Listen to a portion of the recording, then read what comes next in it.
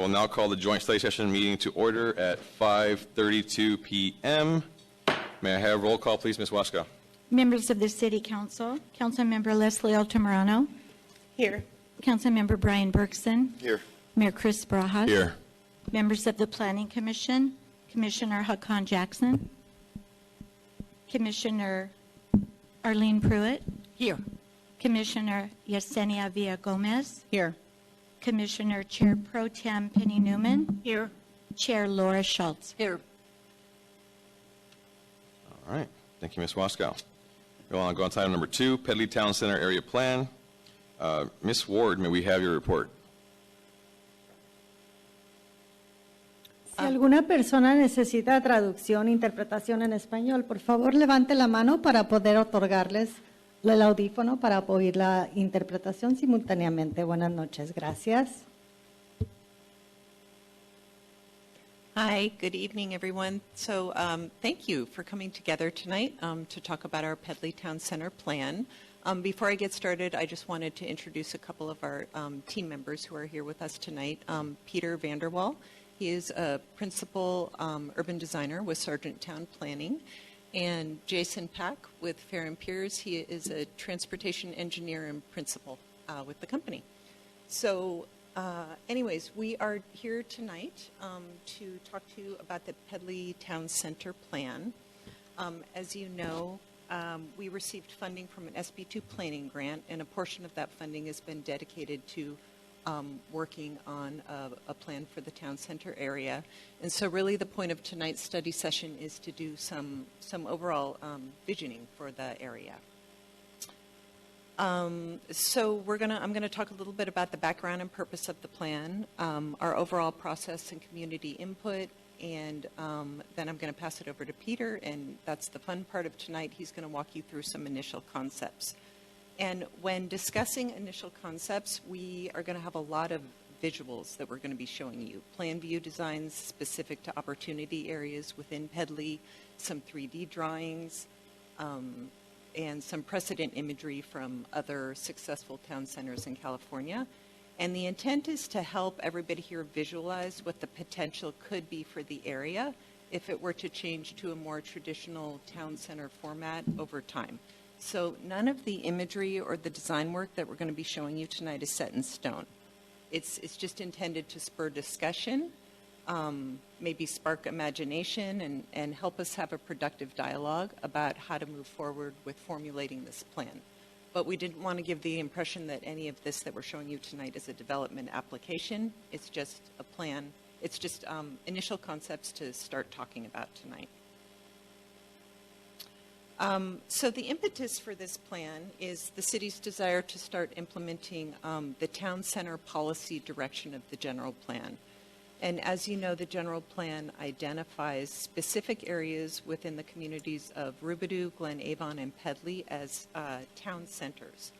So within the framework of the community of communities, as Jurupa Valley is described in the general plan, these town centers were really the historic areas of commerce in the city, so they had some semblance, however small, of shops and services, and in the case of Pedley, also a rail stop, in between the communities that were solely houses and farms and open space.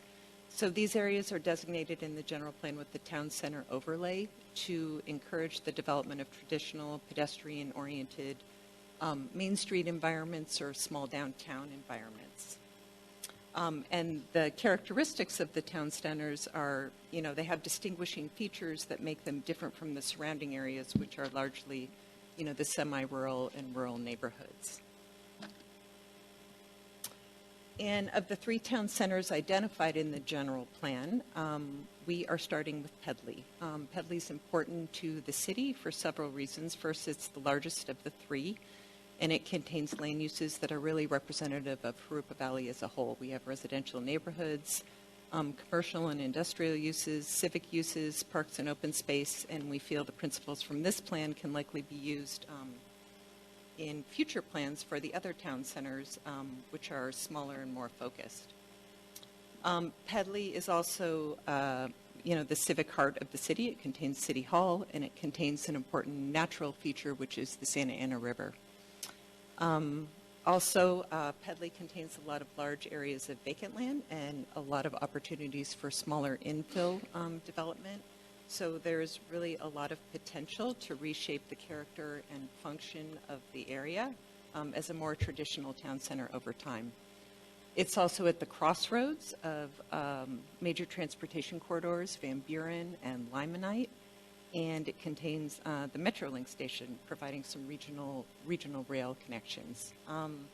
Having the Metrolink station really provides major opportunities for us to consider the land uses and activities that are complementary to transit ridership in the area, and it's currently fairly underused, but it's a built-in feature that could really be a tremendous asset to the area. And also having the Metrolink station in our planning area increases our chances for accessing additional grant money for planning and improvements to the area. There's a lot of transportation planning grants out there, and if we're showing that we're actively planning for this area, it allows us to be more competitive with that grant funding. So the purpose of this plan really is a visioning document and strategic plan, and the intent is to clarify the general plan vision and create an identifiable and walkable town center. The plan will provide clear illustrated design concepts and a set of recommendations and strategies for public and private investment to result in incremental change over time. It's not a regulatory document, but it will serve as the bridge between the general plan policy and regulatory change, which could result in changes to the development code, maybe changes to street standards or a specific plan or something like that. And again, I just want to be really clear that this is a plan, not a development project. So a plan is giving us the ability to help shape how the area will be designed and developed as the future development applications come in. So it's essentially a roadmap or a blueprint for future development and improvement in these areas. So our process, we started in the fall with some initial research and analysis of existing conditions. And then in the winter, we've been engaging with the community through stakeholder interviews and an online visioning survey. Our stakeholder interviews, we've met with, I'd say 10 or 12, including city leaders, local agency officials, representatives from community organizations and the business community, as well as a few residents. From this community engagement and initial research of existing conditions, we've developed some initial concepts, which we're sharing with you tonight. I don't know where it went. Oh, it's back. Which we're sharing with you tonight at the study session. And then the input that we get tonight will take away and develop a preferred concept plan and have another study session. And then in summer and fall, we have a draft and final plan. So I want to now spend just a little bit of time updating you on the results of the online community survey that we did. We ran this from early December through mid-February of this year, and it was provided in both English and Spanish, and we received nearly 400 total responses. And the questions on the survey were really related to, first of all, the overall experience of living and working in Jurupa Valley, your experience of the Limonite corridor through Pedley and the civic and commercial activities and amenities along Limonite, and then the residential neighborhoods north and south of Limonite. So these first couple of questions were general questions about life in Jurupa Valley, and the majority of respondents said that living or working in Jurupa Valley is good or fair. So people are fairly happy, but there's probably room for improvement there too.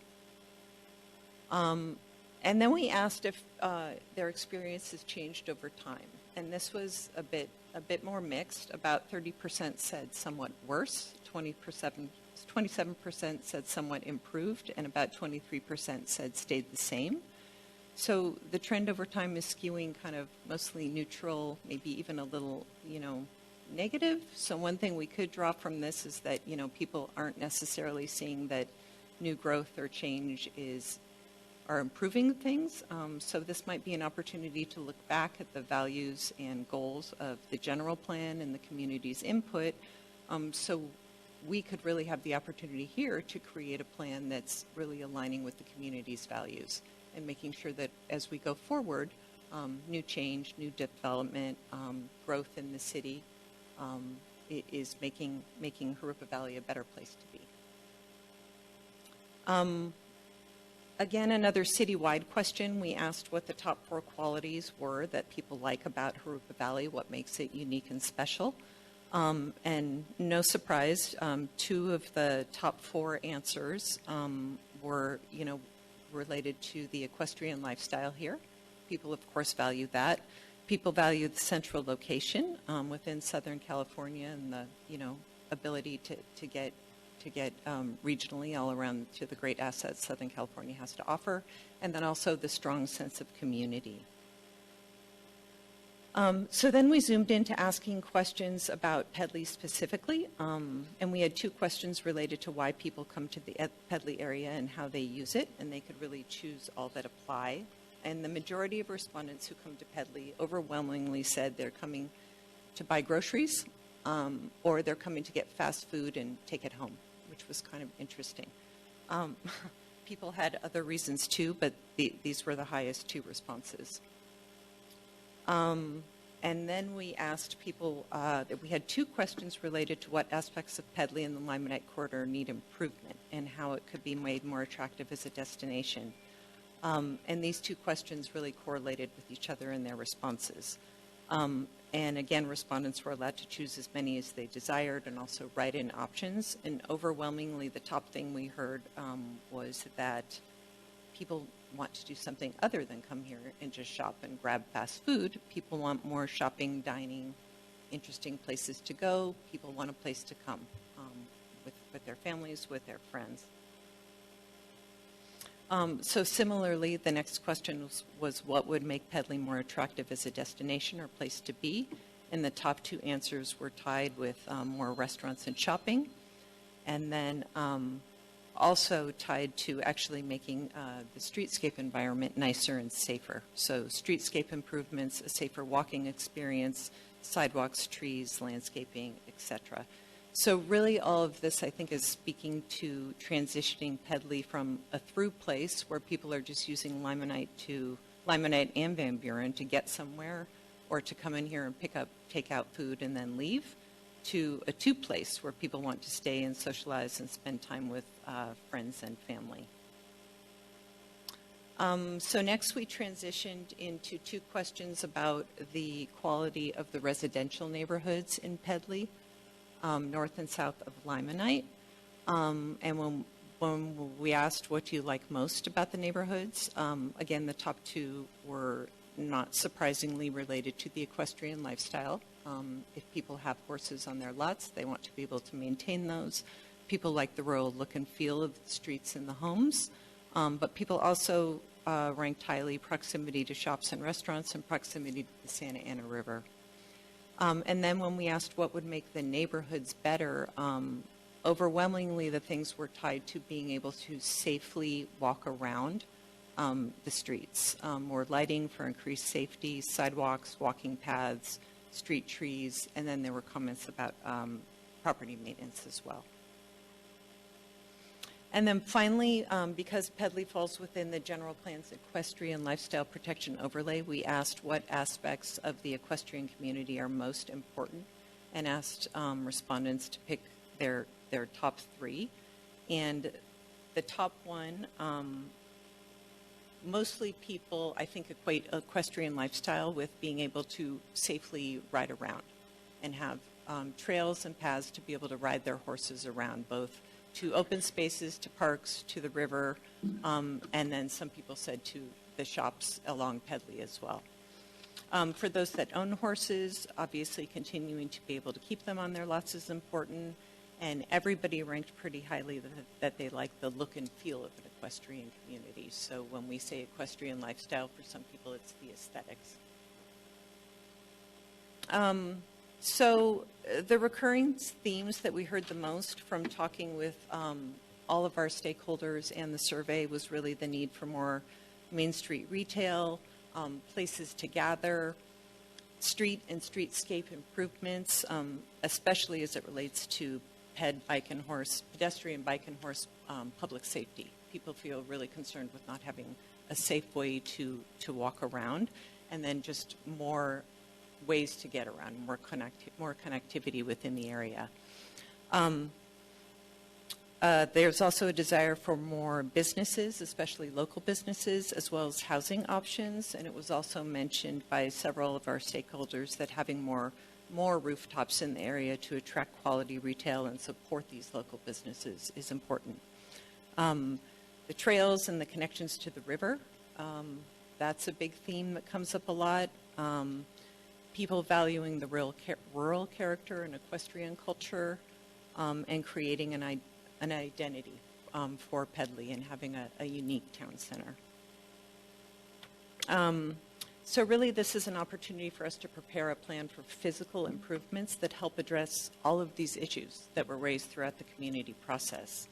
It's kind of the why behind the plan, and what's driving the plan is to address the concerns of the community, which were really that they want to see improvements related to safety and function, ways to make Limonite and the residential streets more walkable and safer, ways to make it easier to move around for all modes, not just for the car, but on foot, on horse. Aesthetics, identity, and community character are all very important and valued.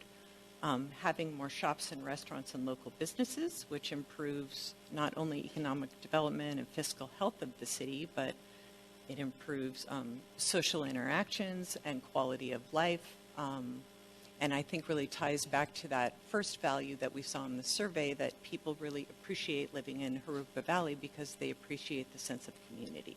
So I think having a more viable town center that offers people to come out in their community and spend time with family and friends ranks highly. So I'm going to be handing it over to Peter to start sharing some initial concepts for you. A few questions that we wanted you to keep in your mind as you're looking at them are, what should the Pedley Town Center look like? How should it be different perhaps from other parts of the city? How do we make it a nice place to spend time with friends and family? So kind of keep these questions in your mind as we're going through the concepts. And again, just a reminder that the design concepts are just that, just initial design concepts to start brainstorming and get a conversation going. None of these are fixed things set in stone. None of these are development proposals, just concepts. So with that, I'm going to turn it over to Peter.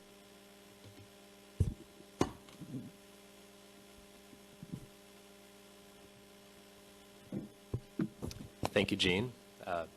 Nice to see you all. We got to spend some time with a number of you through our stakeholder process, so it's nice to be here in person, and it is nice to be able to actually drive around the city today and start to see some of the things that the places that we've been looking at. So thank you, Jean. I just wanted to reiterate, to begin, the last point that Jean made. So the idea of that, the difference between a plan and a project. So a plan is, we say this often, a plan is the story of the future. So the concepts and the ideas that we've been looking at are one version of a story of what the future of Pedley could be. It's not by any means the story of what the future could look like.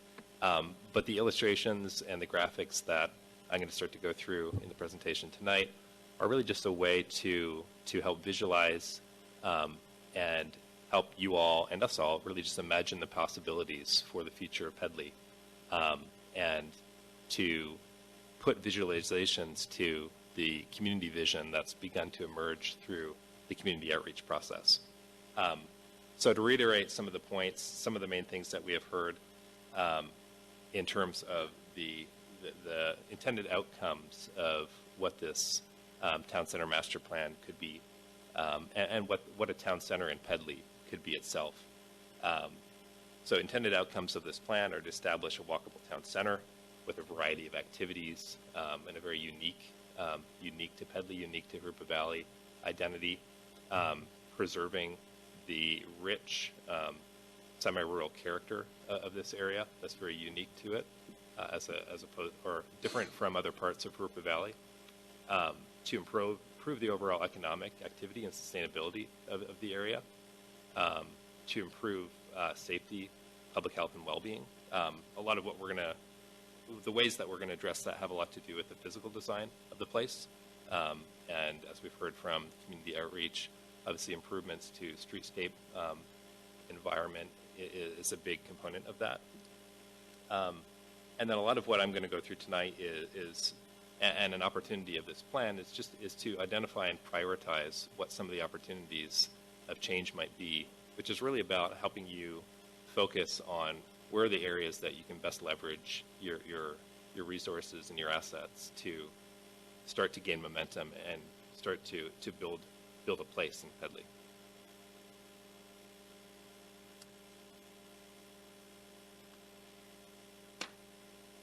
So one of the things that we heard through the outreach, and if you could sum up the outreach into one statement, I think one of the things that the community has expressed an interest in is having more places to go and better connections between them. So this is just an overview of the area plan itself. So the red indicates the boundaries of the master plan. So these are some of the existing civic uses that are already in Pedley. So of course you have the Metro Link station, City Hall where we are tonight, the school up in the north, a variety of parks and open spaces. I just visited the Horseshoe Lake Park today. There's an opportunity for new connection to the Santa Ana River in the south area, and of course the Feldspar Arena up in the north quadrant of the plan. A central concept, particularly with regard to safety and public realm improvements, is how to activate and improve the Limonite corridor itself. We think that there's some opportunities to beautify Van Buren. It's a highway, so it needs to continue to function as such, but we think that there could be some opportunities for improving the character of that corridor, and especially making it clear that you've arrived to Pedley from the corridor. And then, of course, connections to the river trail. We know that the Santa Ana River is an amazing asset to this community, and looking for ways to establish better connections between the neighborhoods and the various centers of activity that might emerge through this effort to that asset.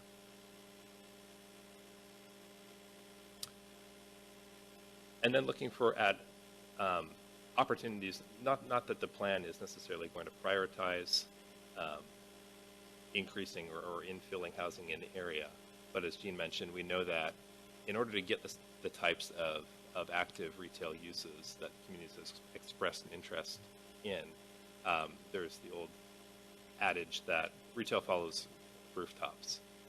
So the idea that in order to have a successful, active town center environment, that will be benefited from having more people living in proximity to those amenities. So to begin, one of the first things that we always do as urban designers when we're looking at opportunities for a place is to study examples of other successful, to study other successful examples of the types of environments that we're trying to plan. So this here is a illustration of Rancho Santa Fe. So that's a small town just south of San Marcos and Escondido in San Diego County. So this is their small little main street where you've got a 1- and 2-story little mixed-use building on the corner, and organized around a walkable town center environment. So you have small blocks. The intersection here in the center of the photograph is that building that we were just looking at. So a very small, active retail environment surrounded by neighborhoods and made accessible by this very walkable small network of blocks and streets.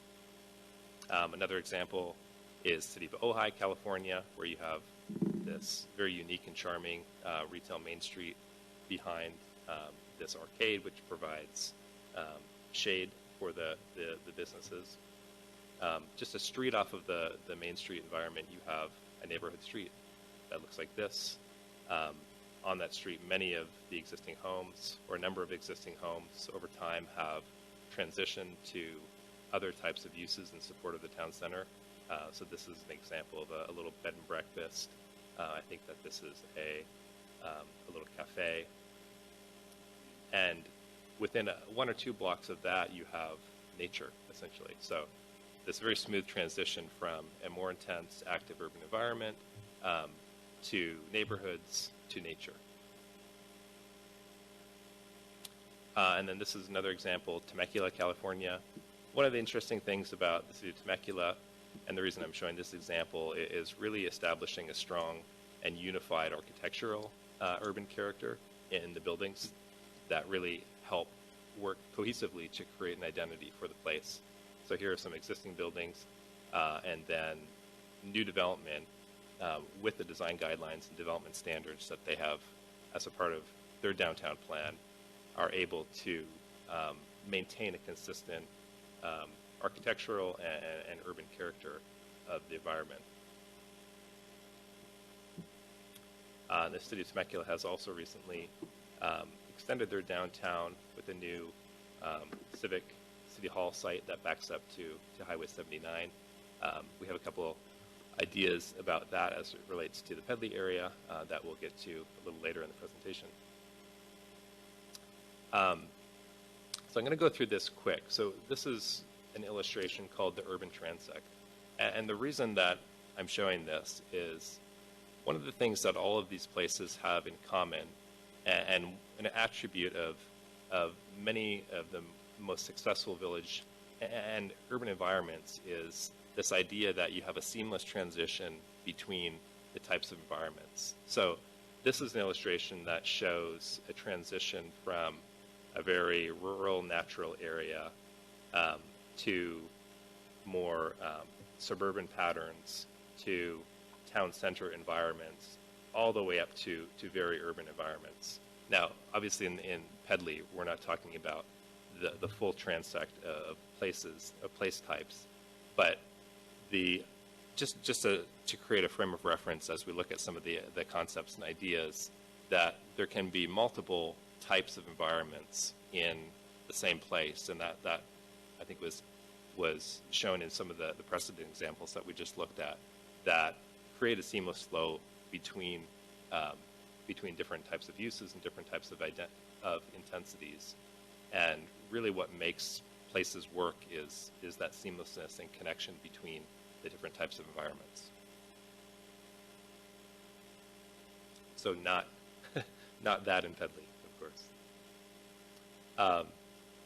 So another commonality that all the precedent examples that I just showed have is the idea of this cohesive, small, walkable network of pedestrian, bicycle, equestrian, and automobile connections.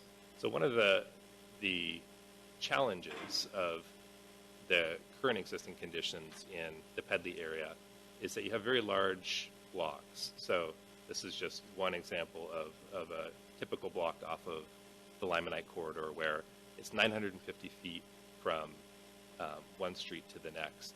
And really your opportunities to cross Limonite are very limited. Whereas in most of the urban examples that we looked at, the block network is more like 300 to 400 feet. So one of the opportunities of this plan will be to look for opportunities to thread in a more cohesive and more complete network of connections for people, for horses, for bikes, and for automobiles. So the remainder of the slides I'm going to show you are examples of some of the initial opportunity sites that we've begun to study. So generally, those are organized as follows. So we're going to look at examples of interventions along the Limonite corridor. What we're calling the West Village. So that's the Harupa Springs Shopping Center, and that's where we are now, in and around the current City Hall. What we're calling the East Village Center. This is a idea and concept that we're somewhat excited about, and it's an idea of sort of a new village center environment centered around the Metrolink station. Opportunities to look at infill of some of the large vacant sites along the Limonite corridor. Opportunities in what we're calling the southeast employment area. So that's the area south of Metrolink, south of Limonite, and just north of Van Buren. And then what we're calling opportunities for neighborhood enhancement. So one of the ways to establish and to create a cohesive urban environment is to have a common design aesthetic, a common rural aesthetic of your neighborhood streets and your public realm environment. So we'll look at some options, some ideas that we have for that as well. So starting with the Limonite corridor, the Limonite corridor is really the only east-west spine that connects through the Pedley area, that connects the neighborhoods to the west over to the Metrolink area on the east side of Van Buren. So we have some of our concepts are ways to make improvements to the Limonite corridor so that that becomes a very connective part of this urban environment. So this is Limonite in its current form. Obviously, just looking at this illustration, and I'm sure if you've driven the corridor, it's very much an auto-centric environment in its current form. So it has a very wide paved width, it's almost 76 feet wide, and nothing that would signal to a motorist or that would cause a motorist to slow down. So motorists generally drive the design speed, and Jason will be able to attest to this, our traffic engineer on the team. Motorists generally drive to the design speed of the roadway that they're using. And what we like to do as urban designers is try to bring enclosure to streets to make them feel tighter, smaller, and make the perceived design speed slow down. So there's interventions that we can make in design of places that can calm motorist behavior and make the place not only more attractive, but more safe for pedestrians, bicyclists, and equestrian users. So as I mentioned, you have very wide travel lanes. There's actually, the outer travel lanes are designed for curbside parking, as you can see on the north side of Limonite. Many of the businesses on the south side have their own parking lots in front, so there's and many curb cuts, so there's actually no need for, or no ability for curbside parking, which just makes that a very wide travel lane that motorists drive very fast along. The sidewalks are disrupted by power lines and many curb cuts into driveways. You have overhead power lines on the south side, which limit the ability to actually put street trees into the streetscape, which would create that visual narrowing of the street that I was mentioning. And then, as I mentioned, many of the existing buildings are fronted by parking lots, so they're set back from the street as well, which just makes the perceived width of the street and the overall environment very wide, signaling to motorists that this is a place to drive fast through. So this is a concept, an initial concept that we've developed. The part of the rationale for this is identifying Limonite as a very important connector, not only for motorists, but for bicyclists, for pedestrians, and equestrian riders as well, to get from the neighborhoods to the west over to the Metrolink area, to the east of Van Buren. So this is a concept where using the existing roadway and by doing some restriping of the lanes to narrow them from their very wide widths. The outer travel lanes currently are 20 feet wide, and then I believe the interior lanes are something like 14, to a more modest width. And then with the space that you gain with that restriping, putting in a buffered multi-use trail within the roadway that could accommodate bicycles, it could accommodate potentially equestrian riders, and pedestrians as well. This could be done in a very tactical interim first version where you would just simply restripe the street and potentially put some temporary barriers in that space to create a physical barrier for the users of that trail. Here's an example of what that could look like. So in this version, there's a landscape planter that's separating the moving traffic from these cyclists. And then over time, that could be made more formal and permanent with a landscape median. One of the nice things about this, because of the overhead power lines that are prohibitive of getting street trees on the outsides of the existing curb to curb, this would actually give you an environment to put street trees into the street and really visually narrow that roadway. Over time, we think there could also be an option for a frontage lane on the south side of the street, where you have those existing parking lots in front of businesses now that could be unified into a what's called a frontage lane, where you have on-street parking in front of existing and potentially new businesses, and you could really create a new and improved public frontage or sidewalk environment in front of those businesses. So essentially replacing the single-use parking in front of each business and creating a shared roadway that could have street parking on it and could also provide improved street addresses for new businesses.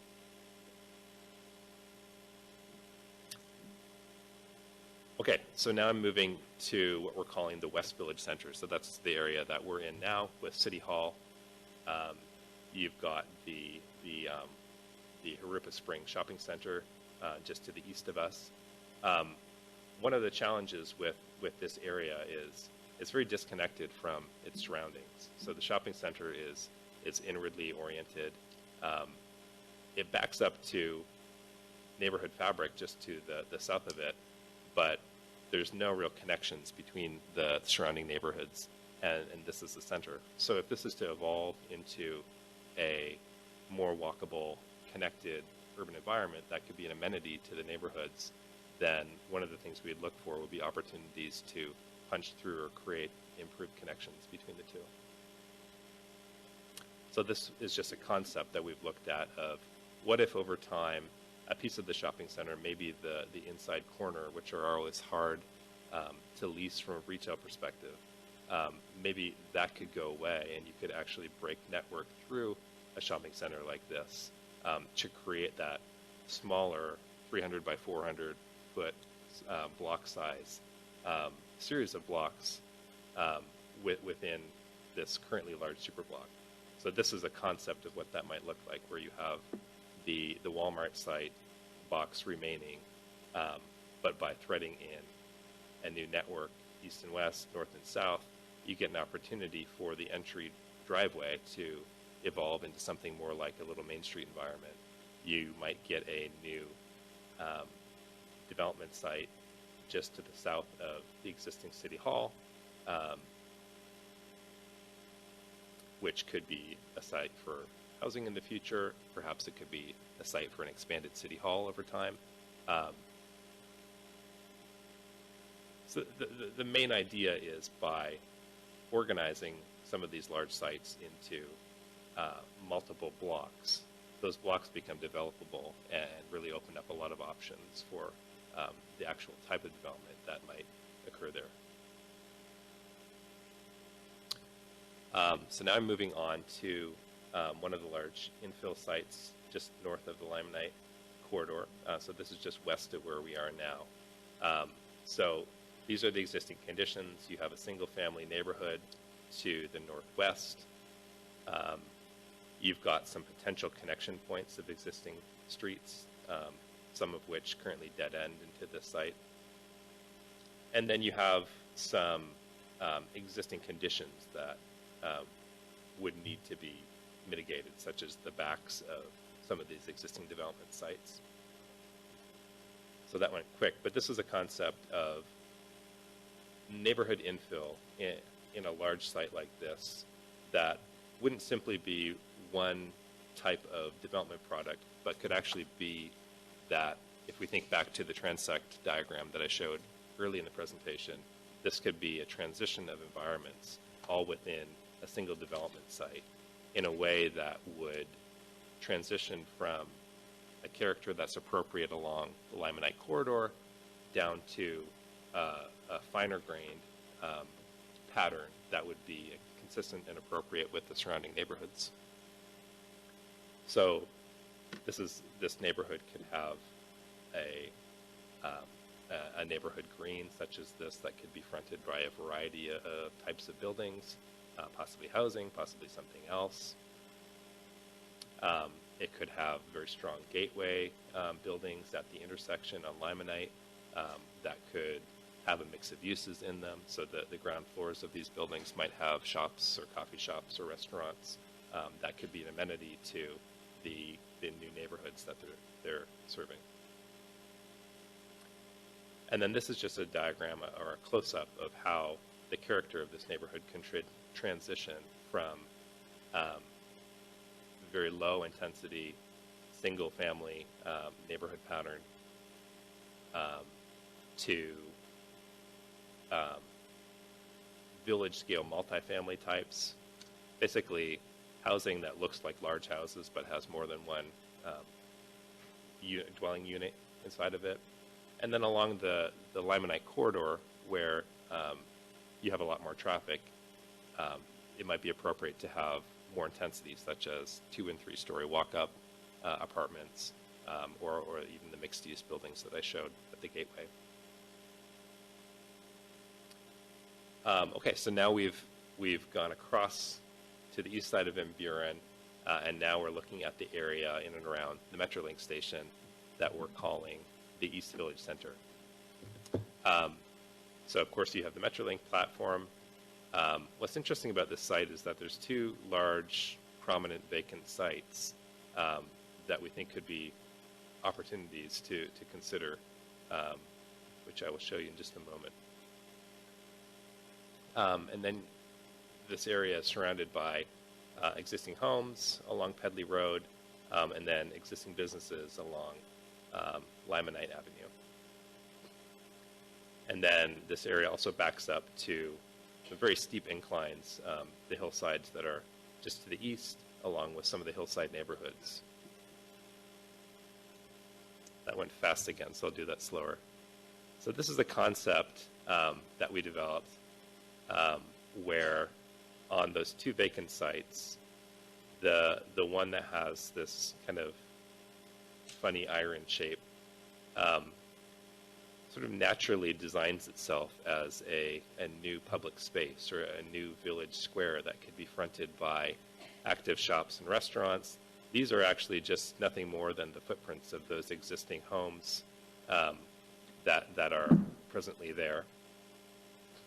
And then this is a concept of a new civic building that could be a prominent gateway building, very visible from Van Buren, in that vacant site that's at the corner of Van Buren and Limonite Avenue.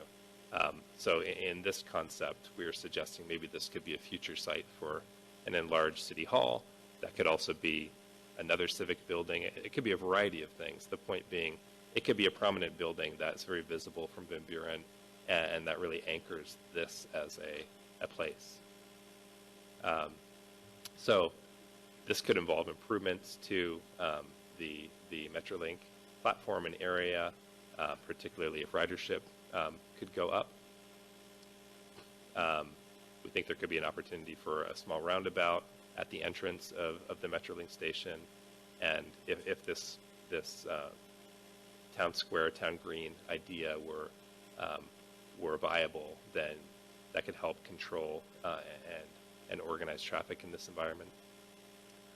Potentially one also at the intersection of Limonite and Pedley. That would be a question for our traffic engineer, Jason Pack.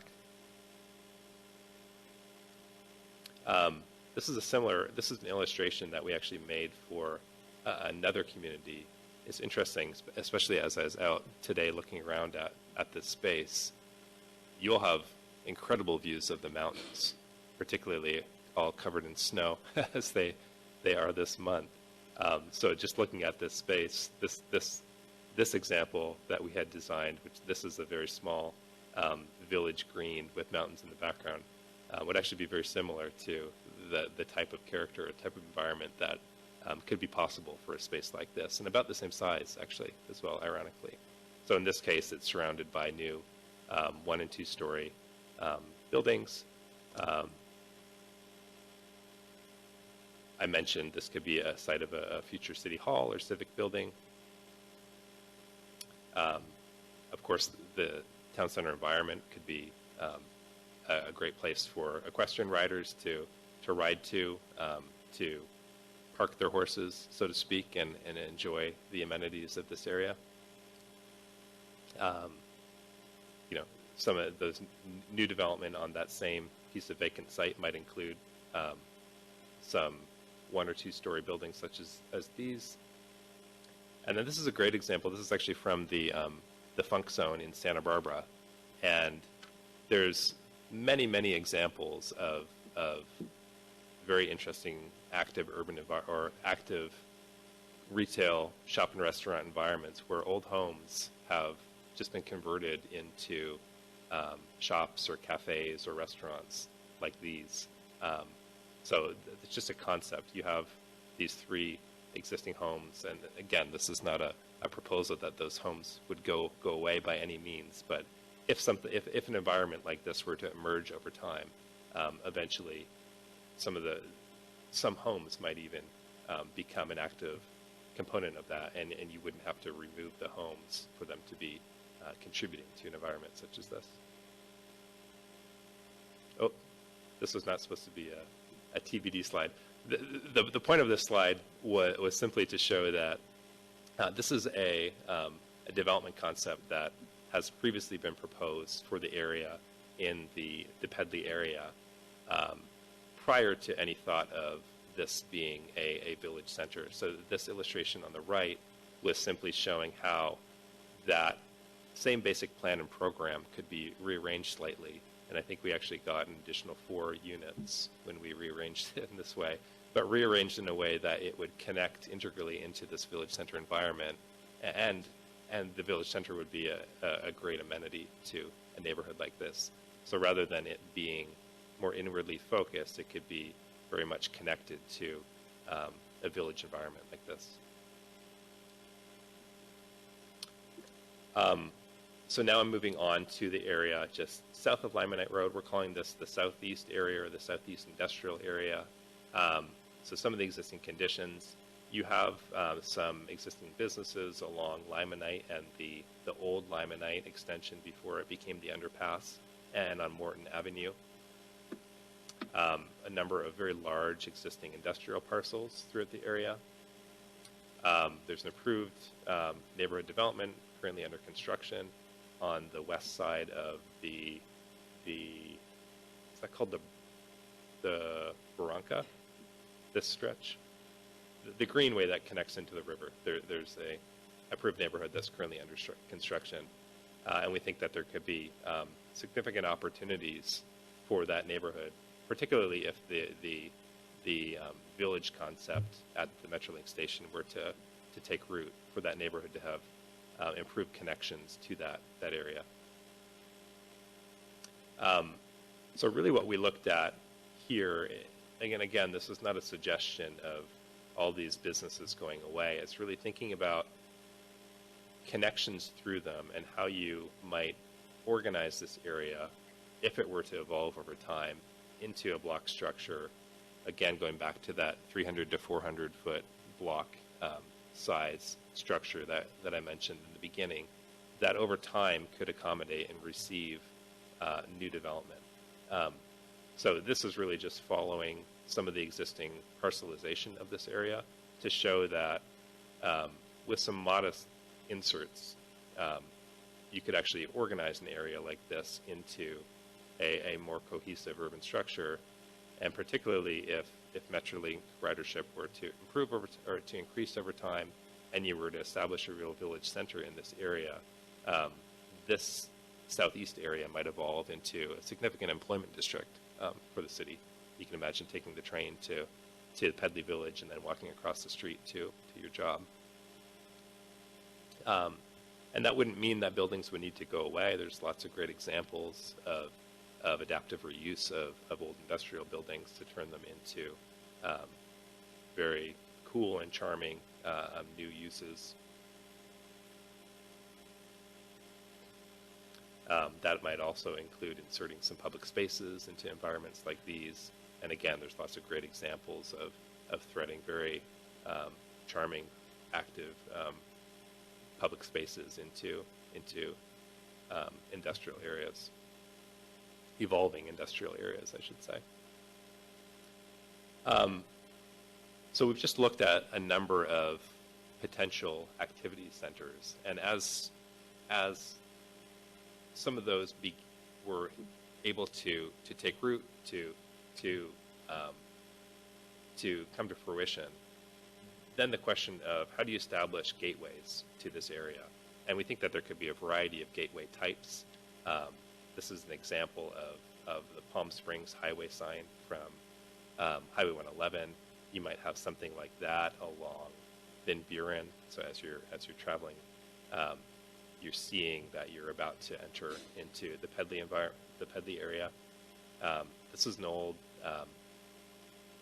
historic photo or historic illustration that we found of an old Pedley gateway that could be used as inspiration for a new sort of over the street arch or gateway element. This is an example from Temecula, but things like these that have a very rustic or rural character could really be an integral component of the placemaking and branding of the Pedley area. And then, as we mentioned before, the buildings themselves can also be significant gateways, particularly as seen from Van Buren as you're driving down. If there were a prominent building, civic building in this area, you would immediately take notice of the area that you're traveling through. Okay, so this is the last topic that I'm going to go through, and then we'll be looking forward to discussing these with you. So the last idea is simply the idea of enhancements to the existing neighborhood fabric. So this is a concept that we've developed. So this is a typical neighborhood street. I think this is maybe just the next street to the west of us here. So one of the challenges with the neighborhood streets is that they're quite limited in their street right of way.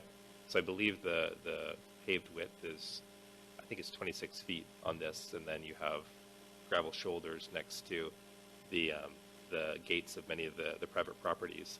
And to get the types of connections between neighborhoods and the Santa Ana River Trail particularly, you're limited in your ability to put new bike lanes or some of the more formal facilities. So many of these neighborhood streets are going to have to become shared street environments where bikes and equestrian riders and people and vehicles can all intermingle safely and comfortably. So this is a concept of how, with fairly small, modest, tactical interventions to existing properties, the frontages of existing properties, you could begin to create a more cohesive urban character of the neighborhoods. You could think of this similar to like a facade improvement program that many cities would sponsor for businesses. Perhaps there's an opportunity to do something like this for private residences along those established priority routes between neighborhoods and the river, where you could establish a kit of parts, so to speak, of materials and sort of pre-approved designs that that residents could make to the fronts of their property, that over time, if a number of these started to occur on a single street, you'd start to really change the feel and the character of that place and allow the neighborhoods to have a very cohesive rural character and feel. So again, these are just some concepts here we're showing, inserting a new sort of rural fence with stonework and wood members, landscape improvements. There could be opportunities to plant new street trees in some of the shoulders of these streets, fence improvements. And then again, just showing that this is a shared street environment. And with some of these changes, like we talked about on Limonite, small modifications that can calm traffic and make this feel like a safer, more continuous environment to be in. And that's all. Thank you. Before we come up here for discussion, I'll call up the public comments if you guys don't mind. All right, I have 2 cards. Are there any more, Ms. Waskow?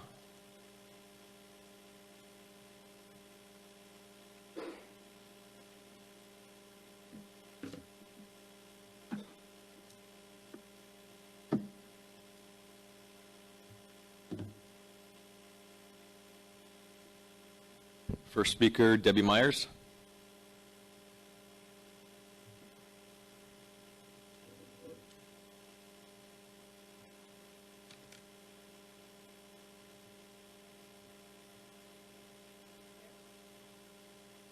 Is this where I stand?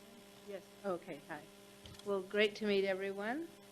I'm here on behalf of LeBaron Investments, and I'm the broker. We're working on the new Kmart revisioning, and we are also working alongside another presenter who I had hoped would come up first, that's working on housing all around the metro and a new site that we are looking at developing on the north side of Limonite as well. We've listened to Diane, and we've listened to Jean and another gentleman on what the city had wanted for this vision. So we had worked with your plan on how we could add more sidewalks and areas to go and walk around and development and what tenants would come and new retail, some very exciting concepts that we're adding at the Kmart building along with some other revisions. So the owner I work for, he owns most of the retail along there from the Staters all the way down. Debbie, Oh. you need to address the council. with Okay, your voice. sorry, guys. So I just wanted to make sure that everybody knew that we're listening, we're thinking about this as we're talking to tenants, and we're excited for the new rooftops and everything that the city's doing.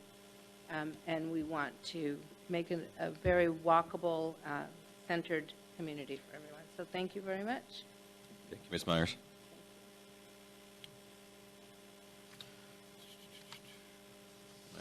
Next speaker is Dominique.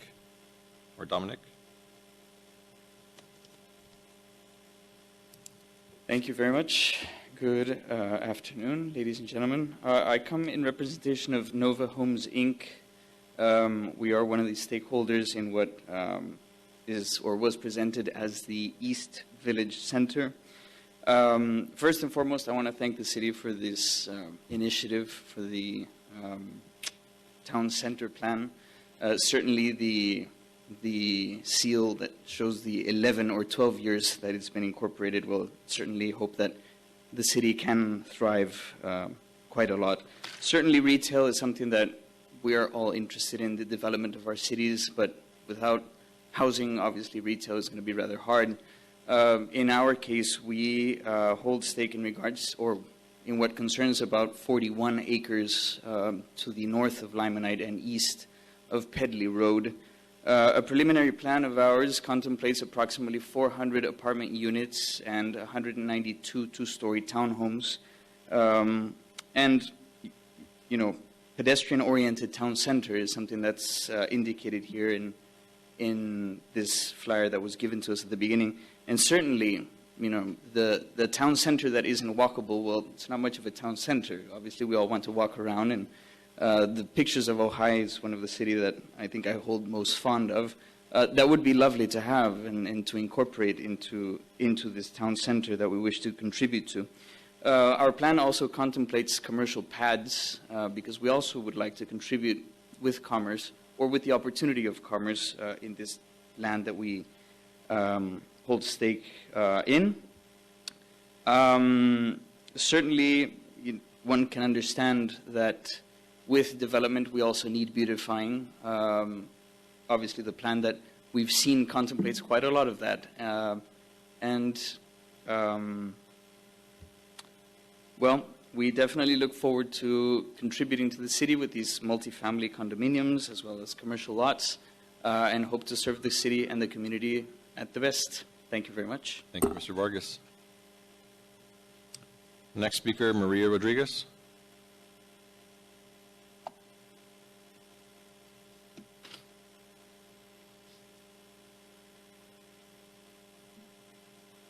Good evening, Council. So I was seeing your guys' the plans and everything, and it's a great idea, but my only concern would be like, and I think it's not my only concern, I think as a community, where you guys want to, the plan all includes new housing development. I mean, just let alone the traffic on Limonite as it is that something that, you know, down will be there will be a study for, or has that been accounted for? That would be just my only concern with, you know, bringing more housing and just in general development. I think it's great, but I mean, the traffic is going to. Thank you. Thank you, Mr. Rodriguez. Roberto Ramirez.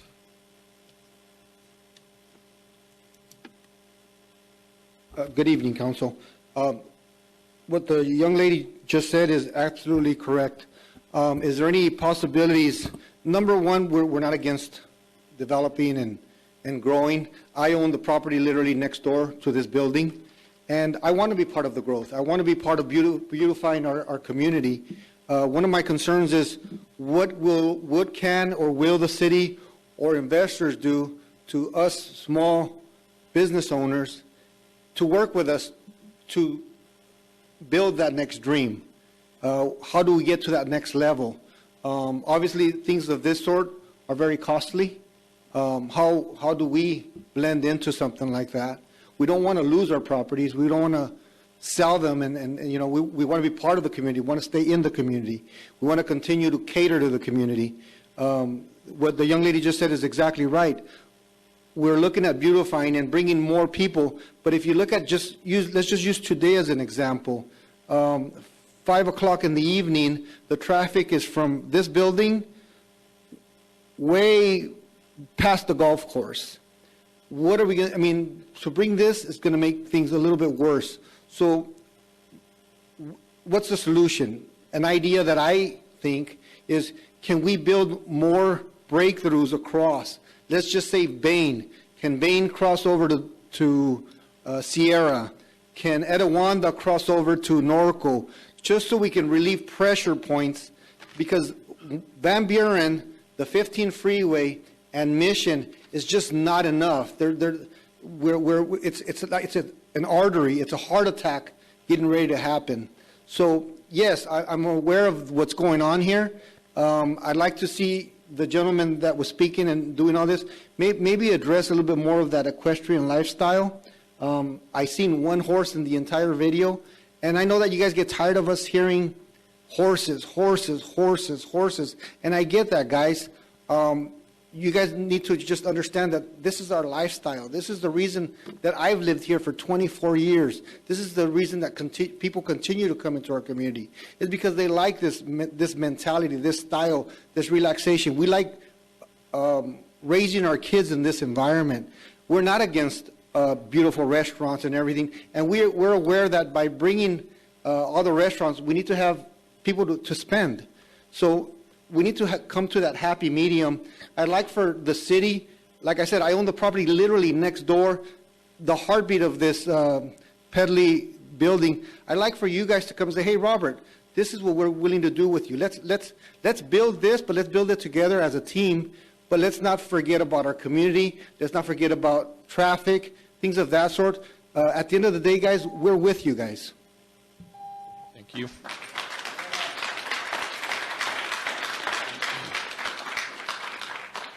All right, I'll bring it back up here. Who wants to go first? Sure. Yeah, go ahead.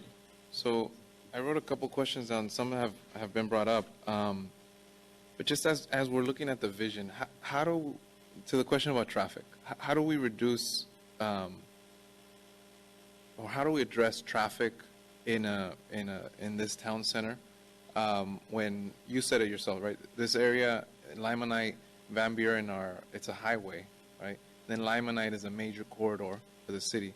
So let's say we take on this vision of dividing up the streets, having some middle corridors and having trails.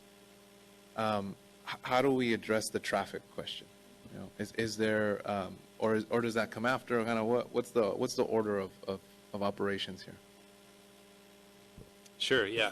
I think that there's a variety of ways. I think it's a layered and complex topic. I think from just from the placemaking perspective. So, and Jean mentioned this as well.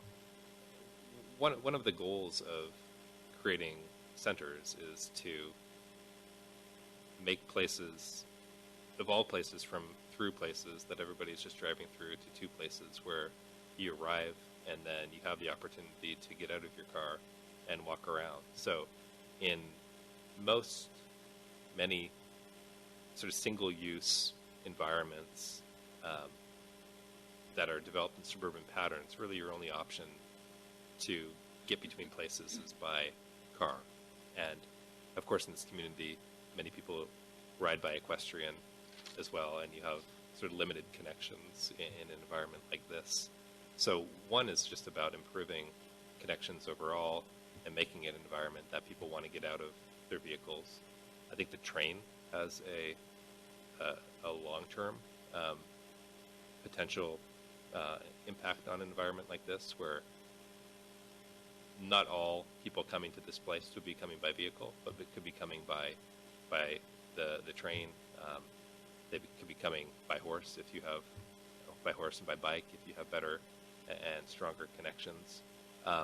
In terms of the traffic study component of the plan, so this is a master plan. So the intent of the master plan is to create a vision and to create that story of where you're headed, and really to give you the ability to assess trade-offs, right? So if the master plan can articulate and visualize what the community's vision and priorities are, then part of the master plan as well is identifying what are the implementation measures that need to take place to actually make this happen and make this successful.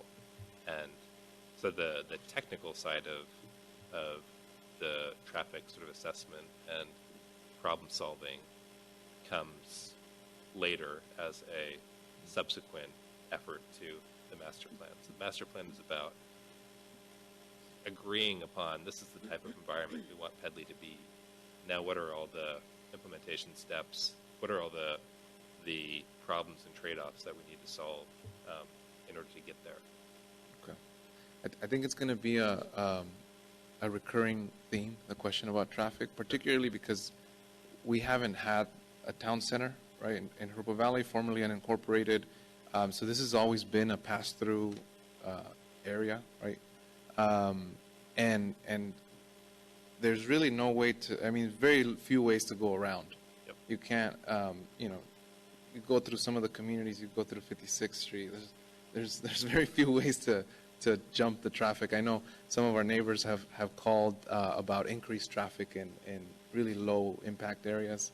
So I just think that's something we should consider. I don't know if it's, perhaps we can have that be part of the conversation, just because I think it's going to be a big question, or at least have an idea of how we're going to think through this long term. Sure. The other thing is when we talk about, oh, go ahead. Sorry, my name is Jason Pack. I'm a traffic engineer with Fair and Piers. I actually live in the Woodcrest neighborhood, and I have an office in downtown Riverside, so local, fairly familiar. So everything that you've seen tonight, I would say, has not been done in a vacuum. I've pulled traffic volumes for all the roadways. I know this area. I live off of Van Buren in the Woodcrest neighborhood, so know the area pretty well. There are a variety of things that are contributing to traffic, and I would say the first thing is one that you pointed out, and I think the gentleman here had pointed out as well, is the lack of connectivity. And some of the things that Peter had shown in his vision, if you will, is some of the increased connectivity, kind of that block that's been largely interrupted in this area by, quite frankly, Van Buren Boulevard, is creating some of those bottlenecks of those arteries that you talked about. So The plan itself is looking at solutions at a pretty high level. I have looked at traffic volumes to make sure that what we're looking at could work. I will say it's not a detailed look. It's work to support the vision. If there's general agreement in the vision, or if the city feels like it's going in the right direction, then I think that's when you would go in and spend more time in subsequent studies, taking a look at specific intersections. Is it a timing issue between intersections? I can tell you when I drove here from Riverside coming up Limonite, the timing was quite poor as far as progression went. And the congestion that I experienced coming here wasn't due to lack of capacity. It was more due to how the timing was operating. So there are definitely some solutions like that, but none of this has been done in a vacuum. I think everything Peter showed could occur. It would slow down traffic, which is a little bit different than capacity. Getting people through at a slow rate isn't terrible. It helps people see businesses and helps make a safer environment. So those are all the trade-offs, if you will, that would be looked at, I think, as part of subsequent phases of this project. Okay, thank you. Thank you, Jason. The other thing, you mentioned that there was ways to beautify or improve Van Buren and Limonite. Can you give me some examples of what that would look like? Yeah, I think most of those would be sort of superficial improvements, superficial improvements to the sort of aesthetic. So landscaping, having a unified landscape palette, having a unified branding concept for the Pedley area. So I think I showed the one example of that highway sign for Palm Springs, and that's just part of sort of their cohesive citywide branding. But you could have something like that that's unique to the Pedley area. As we're looking at the broader city outside of this effort, the corridors and centers, that will be one of the topics we'll be looking at as well, is how do you brand and create a cohesive aesthetic for the citywide corridors in general. So most of it would be sort of streetscape, landscape, signage, and the like. Got it. And when we talk about shopping, dining, commercial, and retail in this area, a lot of the examples you showed, Temecula, Santa Fe, I noticed that the commercial retail restaurant options, they're not simply, fast food chains or kind of restaurants in that caliber. Is there a way to envision or to include like a less chains-driven town center in this process? Because sometimes there's a confusion, there's a confusion about the interest and need of wanting options, but there's some options that are either unhealthy or just not wanted, right? Not particularly desirable. Can that be in this process as well? Sure. Yeah, development standards that we could include, recommendations for changes to development standards in your code or for a further plan could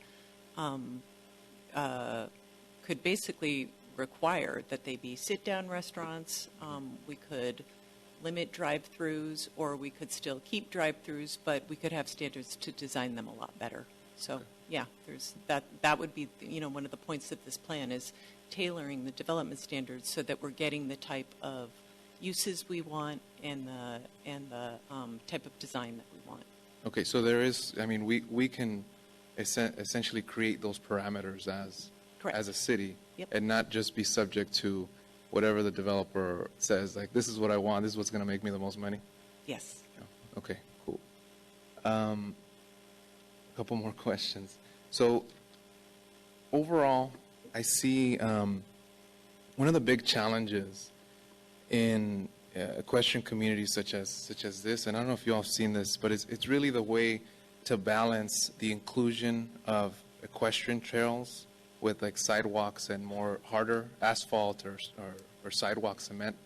A lot of the equestrian trails that we have, or corridors, some are formal, some are informal, are DG or dirt, right?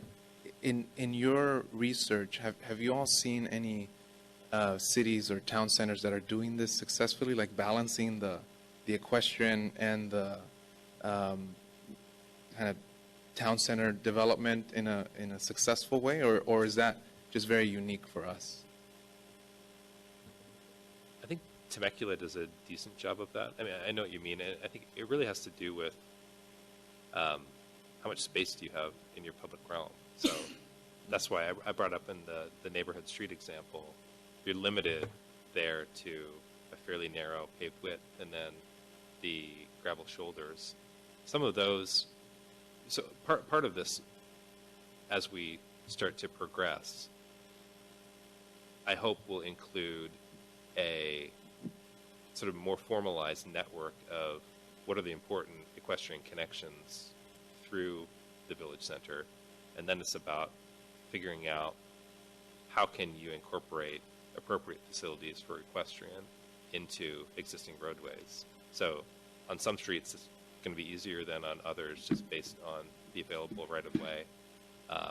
In some it might be more challenging because that roadway is a bit more limited, and then in some cases that might be dedicated off-street trails and facilities.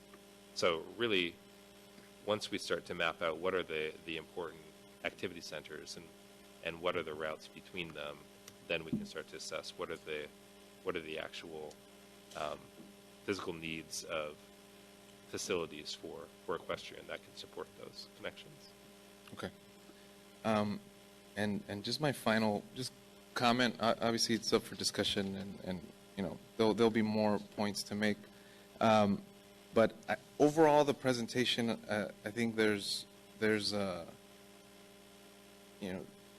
I think there's a bit of a disconnect between the survey responses that we got, the examples that you showed on like the Temecula Santa Fe, which I think are beautiful examples and great examples, and some of the proposals or some parts of the vision, not fully, right, but some key parts of the vision that I'd like to kind of encourage us to think more fully. For example, on the trail aspect. So the last slide on the frontage, right? You talked about the fences and kind of plants where there's currently dirt. So the dirt that's the horse corridor, right? So part of the goal and my personal goal is to get horses and kids and families that are on horses off the street and more into a safer corridor that could have, ideally a barrier, whereas whether it would be a vinyl fence or some wood material, something that could protect horses and get them off the streets, right? So we want to create that balance of walkable and streets for cars, but there's also a safety issue that concerns me. I think on some of the smaller streets there might be some balance, but we do have a lot of traffic safety issues, particularly in this area and different parts of Pedley. So I'd like to ask to really think about the horse trails and have more clear corridors for folks to go through. Also, I saw a tree in the middle of one of the corridors. If there's a way to balance the tree and kind of landscaping so that they're not in the middle of the corridors, or if it's choosing a side, right, where the corridor can be. I think there's a balance that we can identify,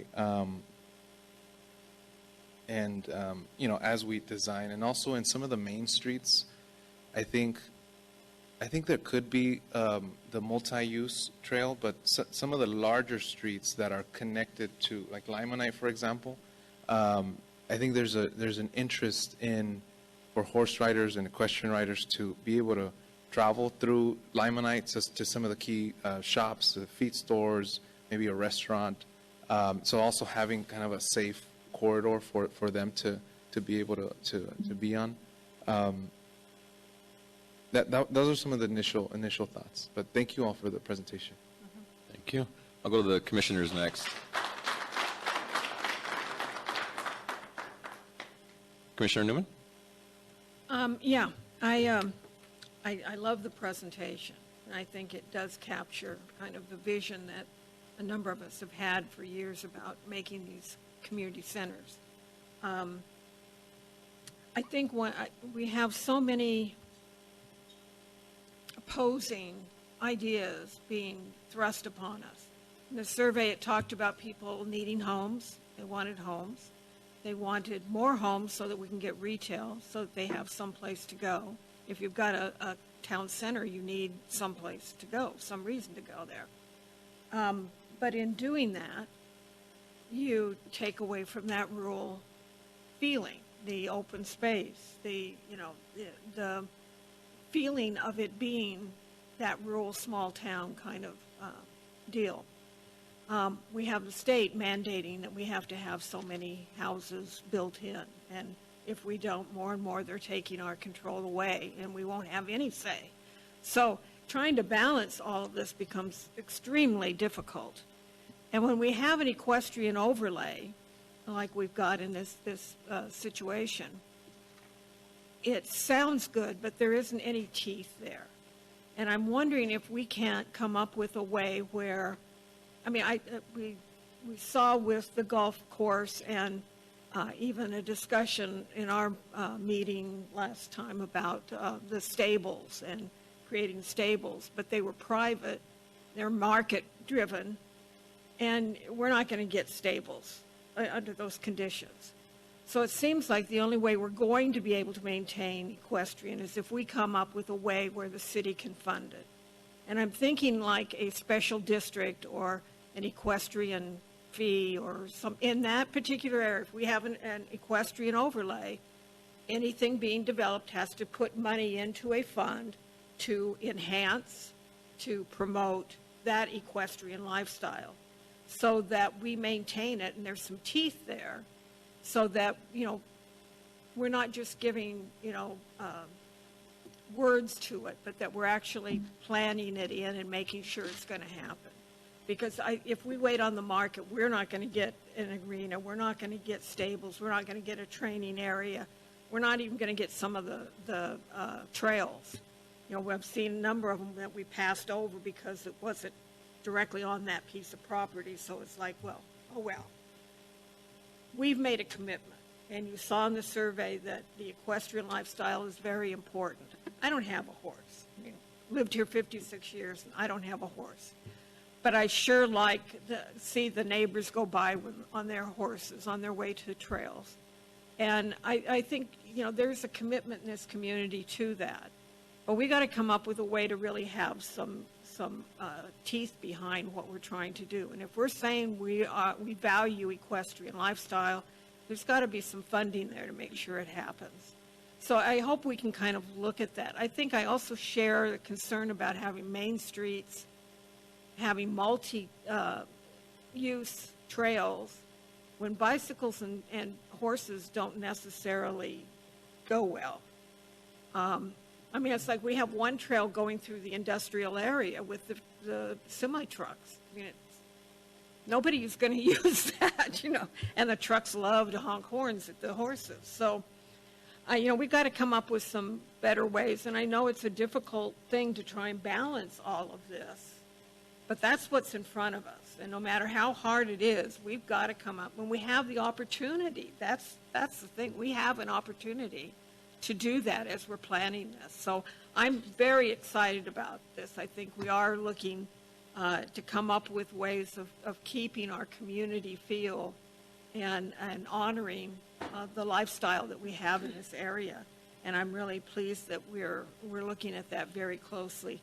I think the other piece that I'm a little concerned about is the infill development. One of the things I heard when we were developing the general plan was that people are afraid of having smaller lots built next to the half acres because those people aren't oriented toward horses. They move in and then they start complaining about the smell and all of the rest of it. And that's going to end up driving the horses out. If you get more people who don't have horses than those who do and you're putting them together, they're going to get voted out. And that's the concern that I've heard over and over again. So I think when we're looking at infield development, we need to be very careful about how we're doing that, and that there's some buffering between those uses. So I'll stop at that. Thank you, Commissioner Newman. Commissioner Pruitt?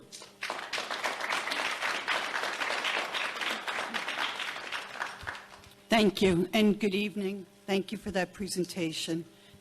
One of the issues that I noticed was you mentioned the Metrolink train station, your hope that there'll be more ridership coming through. I believe that's going to happen based on the fact that there's a lot more people working remotely. We're having a lot of people moving out from LA and Orange County, finding the housing out here in the IE. Along with that, I think we'll need to work with the bus system, stemming from the Pedley Metrolink, getting people from the station there and adding quite a few more stations within Jurupa Valley, especially the Pedley area. Another thing that I thought would be adding a lot more bicycle lanes, bicycle racks at the retail areas. And then as far as adding restaurants and traffic and all, one thing we might consider is a food court, similar to what we have downtown by the Fox Theater. It's a nice food court. People can meet there. There's a pretty good parking area down there, and we have different areas here in Jurupa where we could do something similar to that. Oh, and with the people moving out into this area, I would like to see more affordable housing on the lines of getting away from the luxury apartments that we're building down by the Lowe's Center, by the 15, having more so affordable units for middle class. And something that I've seen where you have retails, there's also putting apartments or units over the retail places that might work as far as getting affordable units. And I think, and a family fun center, I think, is something that would really be a good meeting place for fellow Jurupians. Something, an arcade place, a Johnny Rockets, or a trampoline place, a place where toddlers and middle school kids and older can meet with families and have some fun nights and activities, get them off the streets and indoors, and more a community feel environment. And I think that's my input. Thank you so much for your presentation. Thank you, Commissioner Pruitt. Commissioner Schultz? Yeah, I'm going to kind of mirror some of what Commissioner Newman said, and Commissioner Pruitt, and many of the concerns. You know, it'd be nice to see, too, with those equestrians, and I didn't notice it, but it might be nice to have an area in that neighborhood center to where you could ride your horses and you've got some corrals or a safe place for them to be. I know I have seen it up there at the Circle K up on Pyrite and Mission, where they'll ride the horse up there and they're like trying to, there's a lot of, it's not safe. You've got cars coming in for the gas stations and everything else. So I think that's one of the things that we really need to look at is, that corridor to get those horses, but then a central area or whatever to where you can put your horse and, walk those. And I think that's important. I know down in Norco, a lot of the restaurants and that, I know we've ridden our horses up and over, and, you go over for dinner or whatever, you've got a place to put your horse that is a safe area to put your horse, that they're protected. I think that's critical there. And then, trying to balance everything, with, our growth and keeping those fields. And I think this presentation, I appreciate the fact that this is a start. This is step one, I think, of bringing everybody's concerns and everybody's ideas together so that we are, a cohesive community and we are understanding the needs of all the parts of our community. So I appreciate staff, appreciate all the effort that went into this and the chance to be here tonight to see this vision. Thank you. Thank you, Commissioner Schultz. Commissioner Villagomez? Yes, hi. Thank you for the presentation. It was great. I guess the main problem that I see is the traffic. Limonite and Van Buren is horrible as it is. And I don't know if you mentioned Temecula and San Diego. I don't know if you guys been there, but traffic is horrible. Trying to find a parking spot is horrible. So adding all those stores, restaurants, more houses is just going to make the traffic worse. So I think traffic is a big thing that needs to be addressed before anything. Other than that, to me, it's more the equestrian part of it. Horse trails.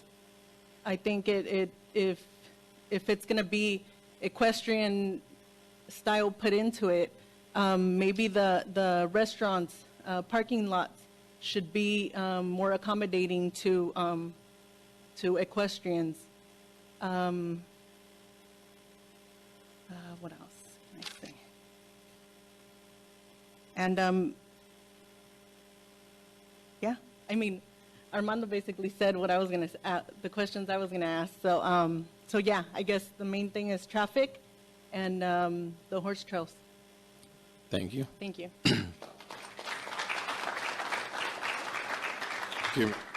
Commissioner Jackson.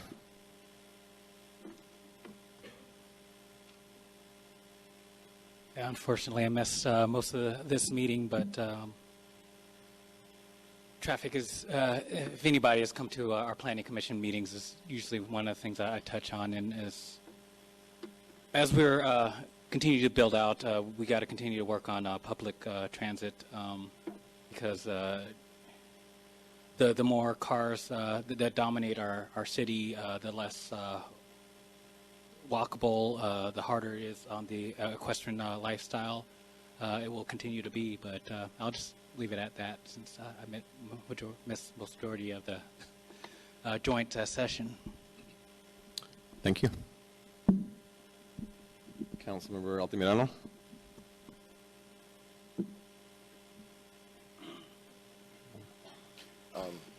Thank you. I'm glad to see this has finally come forward, and I say that because since 2014, at the time, my planning commissioner, who happens to be sitting in the audience tonight, Mr. Matt Burris, and I and Tom Merrill had many, many lengthy conversations about this is City Hall, what's going on around this area? How do we make it more like Harupa Valley and less like a building that we call City Hall? So it started a very lengthy dialogue, and it's been going on and on and on since. To see it come back now, fortunately, we got the grant funding. We appreciate that. That's what led to this study. And because of that, we take this as a beginning roadmap, a guide on how we might get from where we are today, somewhere down the line, 5, 10, 15, 20, 30 years from now, this is what it might look like. Or at least we shoot for a goal of how we can try to make a more consistent and cohesive area around here. I think, you know, I want to make sure we focus on everything. I like to look at all the aspects, and I think we need to take, you know, certainly the equestrian use of this area has been here forever, and we're not going to take that away. But what we should do, at least, and I'm going to look over to my far right because I know Armando more than anybody else, I think, on council would be able to tell us, you know, where the horses go, what the trail paths are.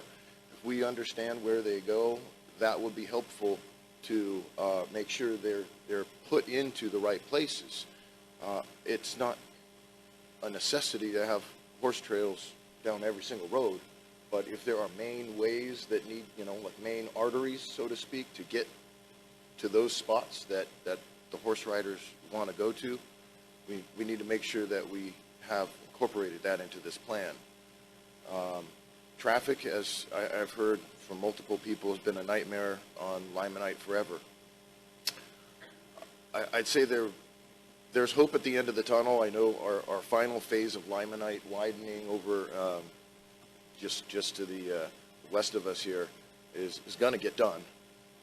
And also the bridge on Van Buren between Riverside City and us is going to eventually be opened up and widened to another lane in each direction. Now, when we think about those things, those will take a huge percentage of the brunt off of our local streets. I think the one thing that we probably need to, at some point, bring back is our in-house traffic engineer to report to us on how our system of traffic signal lights and timing works together. I think we all could use a good lesson on where we are today and potential steps that could promote cohesive driving. As I remember, somebody from the beginning said, you know, the ride from Riverside to here took, you know, it's not the capacity, it's the phasing of the light signals. And I don't believe we have anything that's tied in between our different intersections. Some cities do. Interconnecting wires that keep everybody flowing at a good pace. Those are not cheap. I don't think we have anything like that here, but that doesn't mean that they can't adjust timing so that at certain times of the day they leave north-south streets a little green, a little longer, or try to match them up with prior things. There are things that, you know, the professional engineers can do. I mean, I know what I'd like to see, but I don't know how to get there, but our people here can get us there.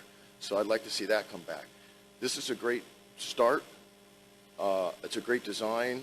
It incorporates, you know, a multitude of things, but we will have to always remember our unfortunate nemesis, the state of California, tells us what we can and can't do. And they say you can put all these extra units, you can split your lots, you can put things where they don't belong. And that takes the power out of us, local people. And this is where I live. I had just an off-topic but very specific point I want to make. I had a meeting earlier today with a resident who turned out to live 5 doors away from me about a common interest that I've brought to council many times, and he had a group of people wanting to discuss certain issues, which we did, and we're on the same page. Well, you know, communication, getting people to understand how to get a hold of the right people, how to express what you want. This is, like I say, it's just a beginning step, and I know this is coming back to us. I think, to be honest, I've heard so many great opinions on things that could be added into it. I'm looking forward to the next revision, and I'm basically just going to leave it at there for tonight and say, so far it's a good job. It's very nice to see it, and I'm looking forward to, you know, not only the final product, but a way for us to implement and be partners with businesses and local people, because not everybody can afford stuff like this. I get that. I mean, if you asked me to do it in front of my house, I'd say I would love to, but, you know, I need some kind of help is what I would say.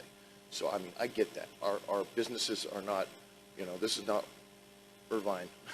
we don't have that kind of dollars here, so we have to stretch things and work together as a team. So hopefully that's good for tonight, and I thank you all. Thank you. Touching on that, the current businesses, so how does that affect, or in the future, how would that affect current businesses? Like Pedley once said, like what about if we do start this is he going to have to pay for those repairs, or is he going to have to pay for those improvements? And I really like what Commissioner Newman said about a special district. I thought it can be putting in towards improving beautification on certain areas. So I know that probably won't be covered now, but it's something that maybe staff can be look at and bring back to us in the future for certain areas like this, the whole, equestrian lifestyle on this side of town, that they want this. And I mean, connectivity throughout the cities, they should have it, but as well as public transportation, people that are riding their bikes, people that are trying to get to the metro on their bike that live on Shadow Rock. So we want to make sure that we're incorporating everybody that lives in the city and make sure that it's safe for everyone. So I had those couple of questions about the current businesses, how it would affect them. If it would affect them, I would hate to put some type of overlay that then they have to put up all these hitching posts in front of their businesses when, they were already there before this. So I wanted to see how that would impact our current residents now.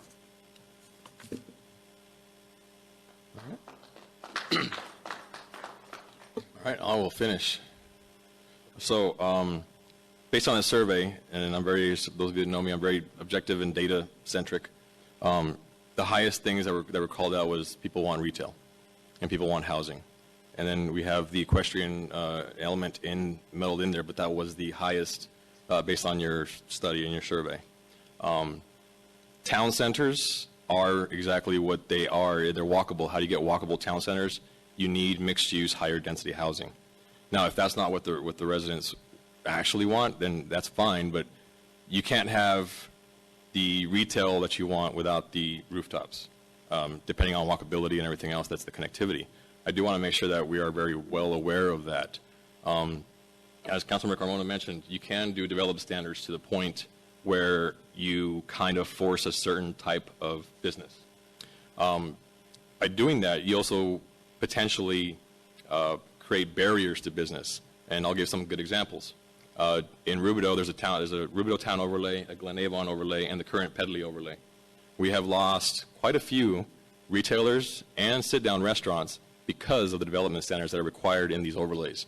The restaurants and or stores, their actual design of their building is now their logo. And if they have to change that, they won't build.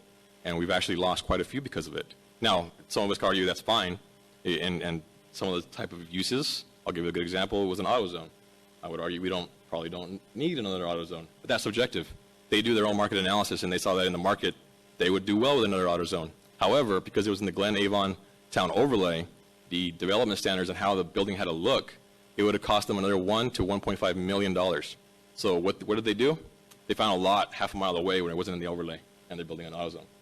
So I would just caution all my colleagues, Planning Commission and Council, we want to try to attract certain restaurants, certain stores. Yes, let's use development standards, but let's not create barriers. And if we want the high sit-down restaurants like Applebee's, and some of us, I know we don't want it, but some of us do. I personally don't. I like my little El Corral and other restaurants, but a lot of our residents do want that stuff. That requires a lot of density. I know someone mentioned about traffic. Shopping centers actually create a lot more traffic, and I don't know what the multiplier is, than a housing community. We can build an apartment complex, and it will create less traffic than a shopping center. So we have to also understand that and balance knowing what we want and what it creates. And the other thing with traffic, 'cause I've been working on a lot of traffic projects in the city, all across the city. Speeding is a huge issue. And my engineers, our engineers, any engineer, will tell you that, although our residents are not going to agree, how do you slow down people? You create ways to create visual impairment or visual, you can't see in front of you to like a freeway like Lime Night is. You create traffic, you create congestion, but at the same time, what I know staff has been working on through ARPA is to try to bring in-house our traffic system. So right now, we are well aware that the actual signal light timing is off everywhere.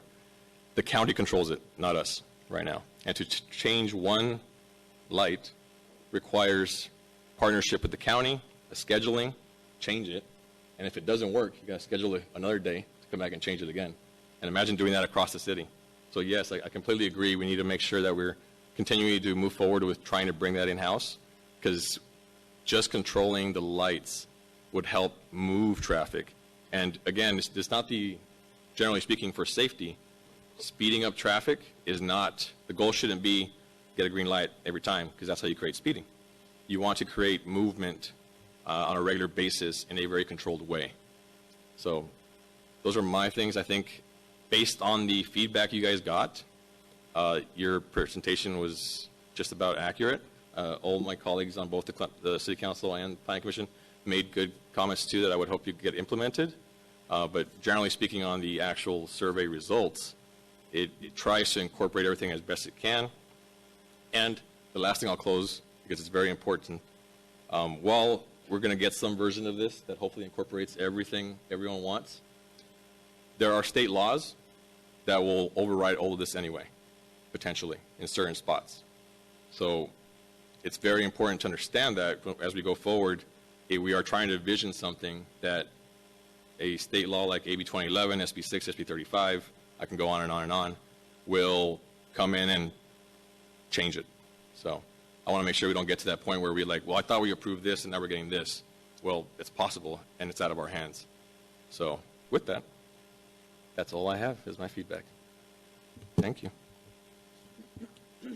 Thank you so much, everyone, for coming together tonight and for spending so much time. I know that we kind of went over our allotted time, but I think it was a really valuable discussion, and we really appreciate all the feedback that we got.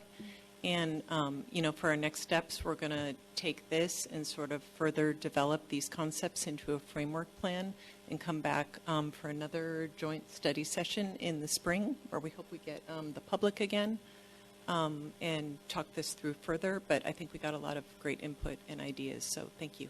Thank you.